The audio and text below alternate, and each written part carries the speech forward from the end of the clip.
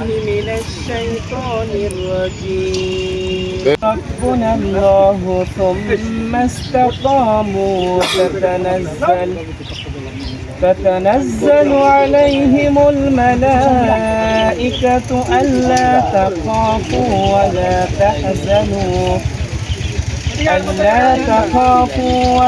تحزنوا وأبشروا بالجنة التي كنتم توعدون صدق الله العظيم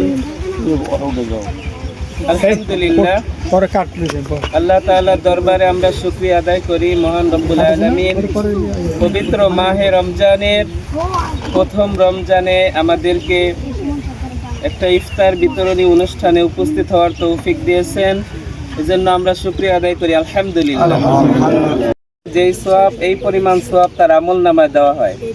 এজন্য আমরা যারা সামর্থ্যবান আছি, আমরা যেন আমাদের আশেপাশের গরিব অসহায় যারা আছে তাদের সামর্থ্য তার দান দেশবাসীকে রমজানের শুভেচ্ছা। উপস্থিত আছেন নড়িয়া উপজেলার বিএনপির সহসভাপতি, আমাদের নড়িয়া পৌরসভার আগামীর মেয়র ক্যান্ডিডেট আমার শ্রদ্ধাভাজন চাচা রিপন পেদা।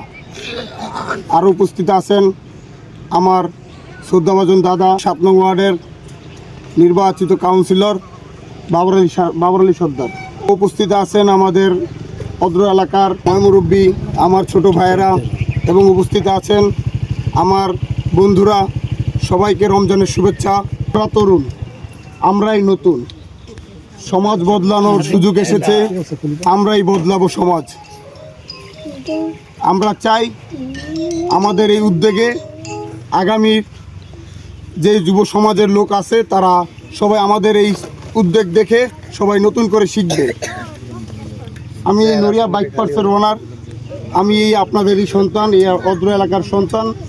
আমি যখন আমার নড়িয়া বাজারে যখন আমি আমার দোকান দিছি, যখন আমার শোরুমটা নতুন করে শুরু করছি, তখন আমি আল্লাহ তাআলার কাছে নিয়ত করেছি যে আমি যখন আমার প্রতি মাসিক আয় যেই টাকা আসবে তার থেকে 30% টাকা আমি সবসময় জনগণের জন্য এবং মসজিদ মাদ্রাসার জন্য খরচ করব। কি আমি বলেছি যে আমার এলাকায় যাদের আর্থিক অবস্থা খারাপ তাদের পাশে আমি সবসময় থাকব। আমি আমার শ্রদ্ধাভাজন কাকা রিপন কাকার কাছে প্রস্তাব জানাচ্ছি যে আপনিও আমাদের এই 7 নং ওয়ার্ডের যে সকল খারাপ পরিস্থিতি আছে, সকল সমস্যার সাথে আপনি আমাদের পাশে থাকবেন। আমি আপনাদের সবার দোয়া প্রার্থী, আপনারা ইনশাল্লাহ আমার জন্য দোয়া করবেন। আসসালামু আলাইকুম। আজকের আমাদের এই মহতি ইফতার সামগ্রী উপহারের আমি আমার ছোট ভাই আকাশ সর্দারকে আন্তরিক শুভেচ্ছা ও অভিনন্দন জানাচ্ছি।